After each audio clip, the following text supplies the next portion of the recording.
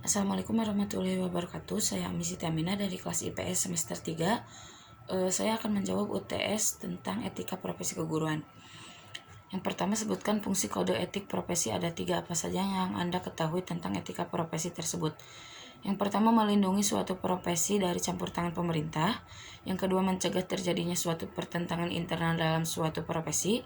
Dan yang ketiga, melindungi para praktisi dari kesalahan praktisi suatu profesi.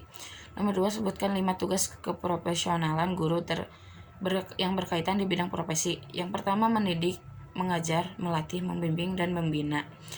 Yang ketiga, sebutkan hubungan etika dan hak asasi manusia, perbedaan dengan guru.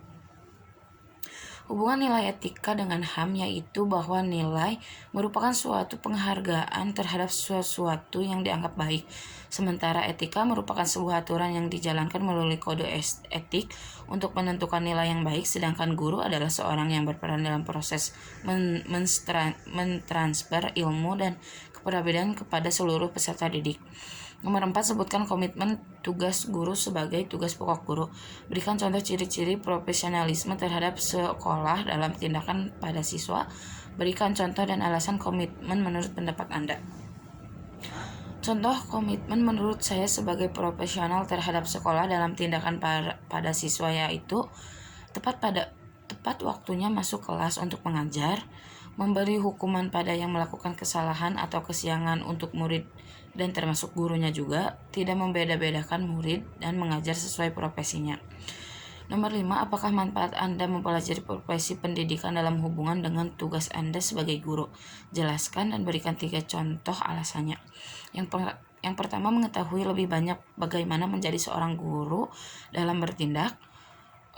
Yang kedua, mengetahui bagaimana seorang guru harus bergaul dengan siswa didik. Yang ketiga, yaitu mengetahui bagaimana seorang guru mengenal karakter siswa didiknya. Nomor 6, bahan ajar guru biasanya sudah cukup berat. Bagaimana guru membagi waktu sehingga masih dapat mengembangkan kemampuan profesi berbagai kegiatan. Jabarkan oleh Anda tentang kegiatan mengajar di lain tempat. Mengajar di tempat lain, kita harus terlebih dahulu mengenal tempat atau orang-orang sekeliling terlebih dahulu dan menempatkan diri dengan baik.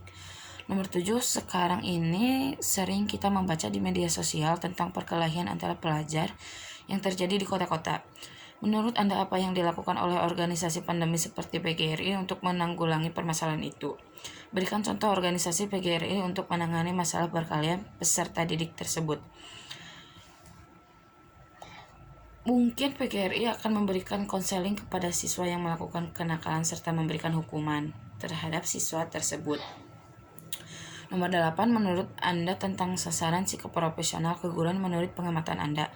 Manakah di antara yang sangat sulit diamanatkan oleh para guru profesi dan tidak profesi? Berikan contoh, berikan alasannya. Yang sangat sulit sebagai seorang guru profesi dan tidak profesi sebenarnya sama-sama saja, yaitu membuat murid tetap semangat ketika belajar di kelas, tidak membuat mereka bosan dan ngantuk, seperti itu. Nomor 9, kedudukan guru sebagai tenaga profesional bertujuan untuk melaksanakan sistem pendidikan nasional dan mewujudkan tujuan pendidik nasional. Jelaskan maksud guru sebagai tenaga pendidik profesional. Guru atau dosen yang profesional adalah orang yang memiliki kemampuan dan keahlian khusus dalam bidang keguruan sehingga ia mampu melakukan tugas dan fungsinya sebagai guru atau dosen dengan kemampuan maksimal. Nomor 10, problematika sertifikasi guru diantaranya memperkaya diri sendiri, meningkatkan mutu peserta didik atau justru membentuk kapitalis. Jelaskan sisi positif dan negatif adanya sertifikasi guru. Dampak positif sertifikasi guru yaitu melindungi masyarakat dari praktik pendidikan yang tidak berkualitas dan profesional yang akan menghambat upaya peningkatan kualitas pendidikan dan penyiapan sumber daya manusia di negeri ini.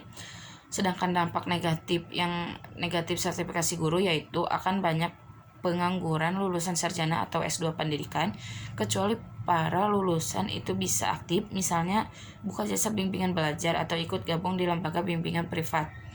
Sekian dari saya, mohon maaf bila ada kesalahan. Wassalamualaikum warahmatullahi wabarakatuh.